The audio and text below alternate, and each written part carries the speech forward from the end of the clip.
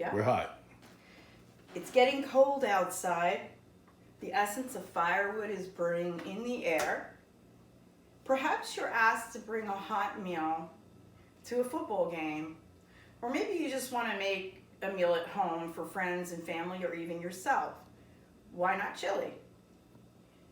Jane and Michael Stern, authors of Chili Nation, say chili is a fun food to make, simple and easy to serve, and a delight to share with family and friends. The reason why I chose to cook this meal is because I wanted to share and celebrate the love that my mom shared with me through the passion of her art of cooking. It was 1942 when my mom was a straight A student, and she was on the top of her class in math. And my grandmother forced her to drop out of school to cook and take care of the babies. So, cooking, of no surprise, became a very important part of my mom's identity. And her passion became an important part of my life. Frances Bettino from Italy, with love, part of Cookly magazine, said, like many Italians, she learned to cook when she was just a child from her mom. So now let's celebrate, and I'm going to show you how to cook Mom's chili. Here's a crock pot, and a crock pot is a slow method cooker. So this meal I cooked on low for like 6 hours. You can keep checking, you can taste as you go along to get it to where you want it.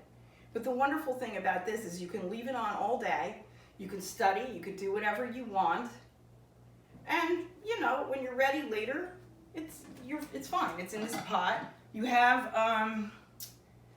this right here, and it's got low, high, and warm.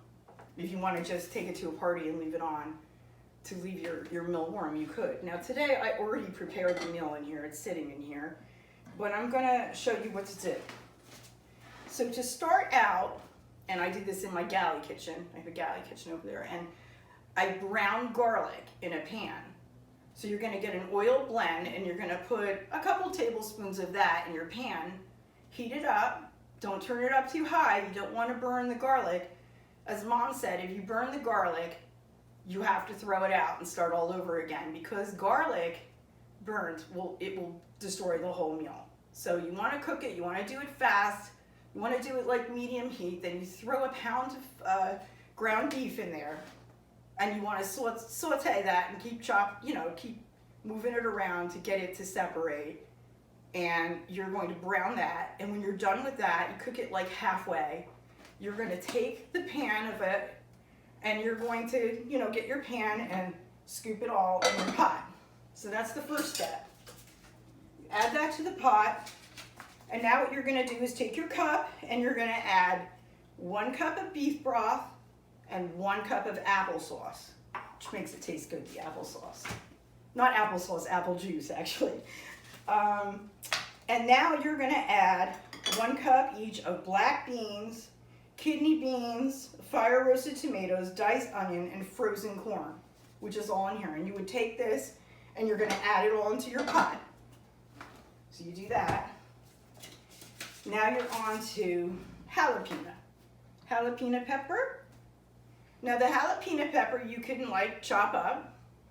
Use your knife to chop it up, and if you want, you can put that in there. You do not have to use it if you don't want. This is all preference. If you don't want your chili to be hot, I advise you not to put it in there. You could also later use a Tabasco sauce, like a hot sauce, if you don't even want to put that in there. So let's say you give your guests the option of whether they want to put the hot sauce in there or not. Not everybody likes Tabasco in their food. So now that you put all those ingredients in there, you want to put 1 tablespoon, it would be, of cornstarch. So you take that, you put it in there, and then you want to take, and Italian moms do a little pinch of this and a little pinch of that. So you take your cumin and you just gently shake it to taste. And then you want to put a small can of tomato paste in here because you want it to thicken. You've got the cornstarch, and the cornstarch will help you thicken it, but you need the tomato paste in there. Otherwise, you're going to have more like a soup than a chili. So once you do that, you've got your salt and pepper. Now, mind you, your beef broth has some salt in it. So take it easy on the salt, just a little bit, because you already have some salt. You can almost do without it because you already have that salt. A little bit of pepper. Okay, so you do that. And then now you wait 6 hours or so. Chili is ready. So here we go. So I want to show you the finished product. So I'm going to get a ladle. We're going to get a ladle and we're going to put some chili in the bowl. I'll put like 2. It's dinner time. And sprinkle a little bit of cheddar cheese on top. I like always, I put a little raw onion on the side. If you want, you could put a dollop of sour cream or Greek yogurt. You could use Greek yogurt. And here you go. There's your chili. Okay. Did you spill any?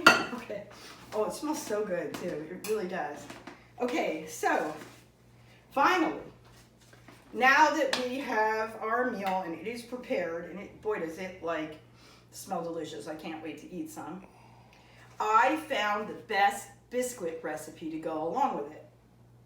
These biscuits are a recipe from Susan B. Anthony. And Susan B. Anthony's quote has much relevance to my mom's loss of education. So as the story goes, Susan B. Anthony's brother-in-law told her he believed it was more important for women to make biscuits than master the most complex algebra problem.